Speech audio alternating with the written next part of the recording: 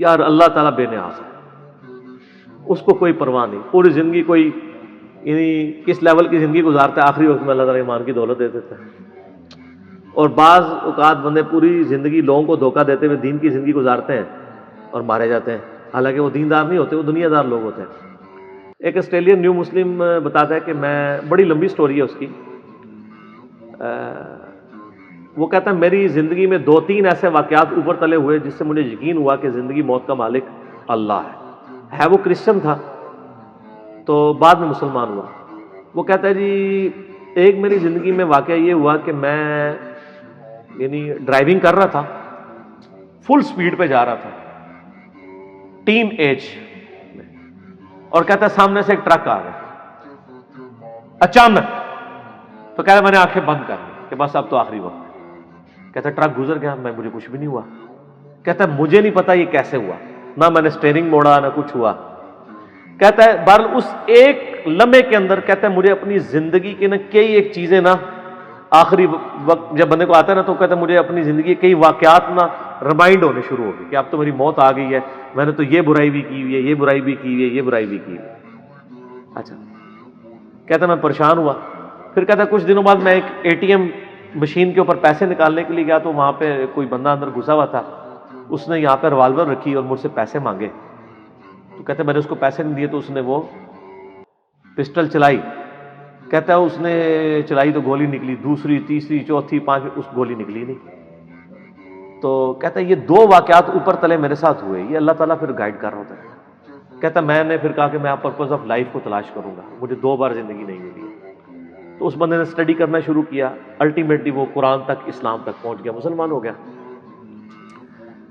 پھر اس نے مسلمانوں سے بھی بڑا گلہ کیا کہ یہ آپ کا کام تھا ہمیں پرپز آف لائف بتاتے ہیں، زندگی کا مقصد کیا ہے۔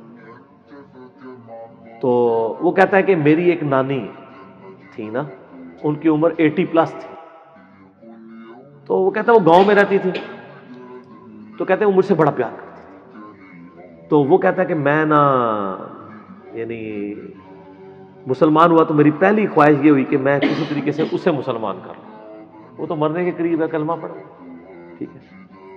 کہتا ہے میں اپنے گاؤں گیا تو میں نے اپنی نانی سے پوچھا کہ آپ مجھ سے کتنی محبت کرتی ہے؟ اس نے کہا بیٹا میں تو تیرے لیے جان بھی دے سکتی ہوں، سب کچھ۔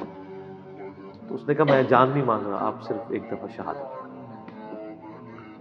کہ اللہ کو ایک مانو، جیسس کرائسٹ بھی پیغمبر ہے، وہ بھی اللہ کے بیٹے نہیں تھے، اور جیسس کرائسٹ نے ہمیں خبر دی ہے کہ آخری نبی آئیں گے محمد رسول اللہ صلی اللہ علیہ وسلم، تو یہ میری خواہش آپ پوری۔ تو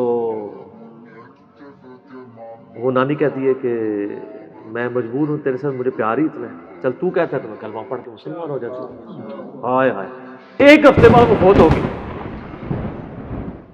یہ جناب تقدیر کے فیصلے ہیں۔ کوئی شخص پوری زندگی کوشش کرتا رہتا ہے، ایمان نہیں ملتا اسے، اور کوئی شخص مرنے سے 1 ہفتہ پہلے اللہ تعالیٰ اس کے گھر تک اسلام پہنچا دیتا ہے۔ دونوں زندگی میں اس نے یاشی کی، یہاں بھی اپنی مرضی کی زندگی گزاری اور آخرت بھی اپنی مرضی کی گزارے گی۔ آئے ہائے، یہ خدا کے فیصلے۔ اس لیے میں کہتا ہوں کہ جن کے ماں باپ کافر ہیں نا جی، یا بد عقیدہ ہیں، مسلمان ہیں اور شرک کے اندر مبتلا ہیں، پاؤں پکڑنے پڑے، پاؤں چومنے پڑے، حد رکوع جھکے بغیر، پاؤں بھی چوم سکتے ہیں آپ، ہاتھ چومنے پڑے، منت سماجت کرنی پڑے، جیسا کہ ہم یہ شخص کوئی عام انسان بھی نہیں دے سکتا کہ اس کے سامنے ایک بلی بھی آگ میں جل رہی ہو وہ اس کو بچانے کی کوشش کرے۔ تو اپنے ماں باپ کو، گھر والوں کو آگ سے بچانے کی کوشش کریں، اور میں اس نیو مسلم سے کہوں گا کہ وہ اپنے ماں باپ کے پاؤں پڑھ کے کسی طریقے سے ان تک بات پہنچانے کی کوشش کریں۔